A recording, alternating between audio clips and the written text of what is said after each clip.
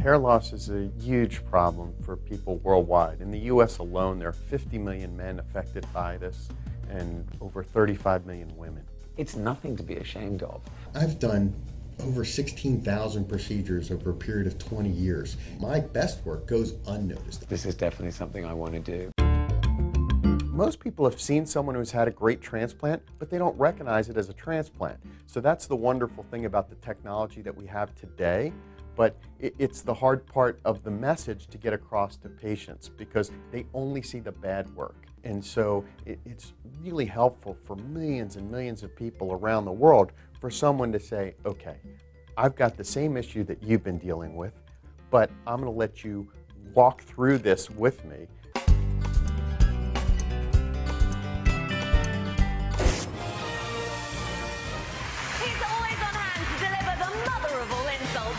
Gardiner. You have the sensuality of a frigid schoolmistress. I'm really sorry.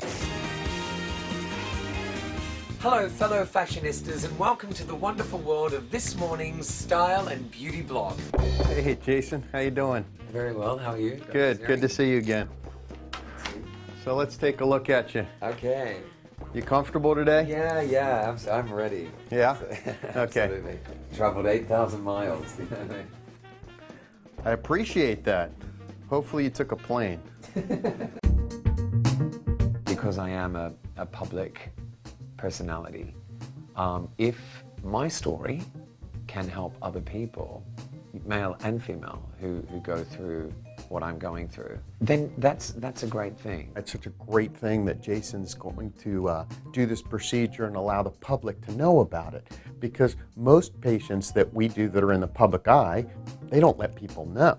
He's really putting himself out there for everyone to see, and it's such a common problem that, you know, we really need someone who's going to be a leader and say, hey, I'm willing to do this to help other people, because it would have been nice and easier for me if there were other people that were out there ahead of me.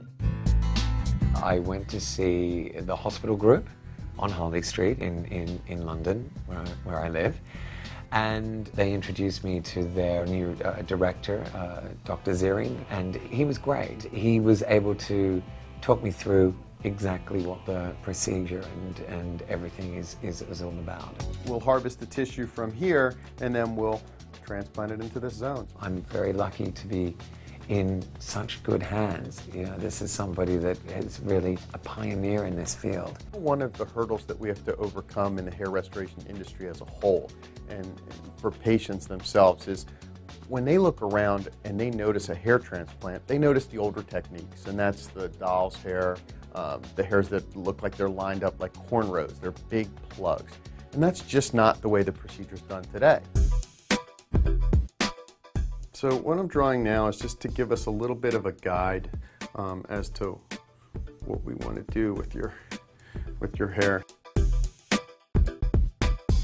This would be where the hairs would start from. So even with your hair relatively short, if your hair grows forward, so it's going to come down into this zone.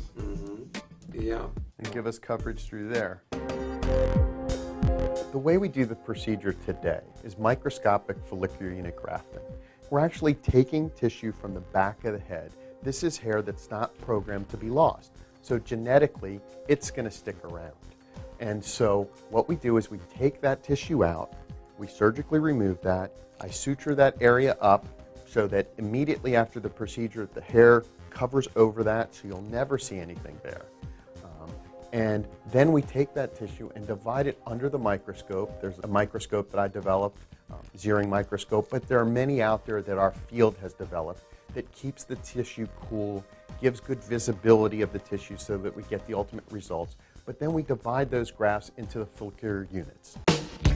So this is actually the miracle part of this procedure, where we're able to take a very small amount and put it in here, and it's the way that we design the angle, direction, the orientation of the hair that's going to give us that natural look and to give you the appearance of more coverage. It's nothing to be ashamed of. We have the technology, we have the know-how. It's your own follicle. It's not like I'm implanting horsehair or something, you know what I mean? It is absolutely my own hair. All I'm doing is taking it from one place and putting it into another, a place of abundance to a place of scarcity.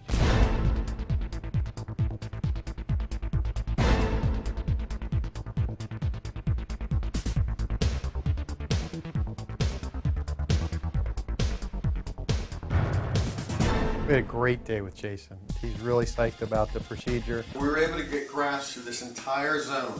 That's you can see the amazing. little tiny hairs throughout this whole zone. And then we recreated the shape of your whorl here.